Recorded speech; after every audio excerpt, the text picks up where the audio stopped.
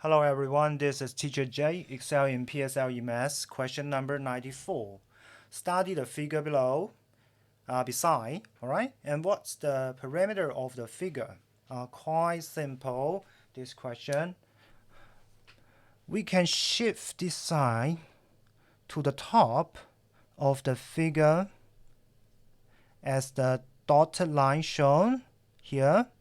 And also this small edge shifting to the right, and finally we can reform the figure into a rectangle here.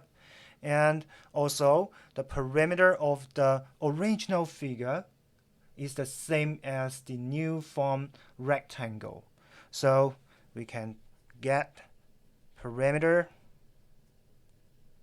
equals 2 times the length of the rectangle, which is AY centimeters, okay, and plus 5Y centimeters, that is 2 times 13Y centimeters, 26Y centimeters. That is the perimeter of the figure.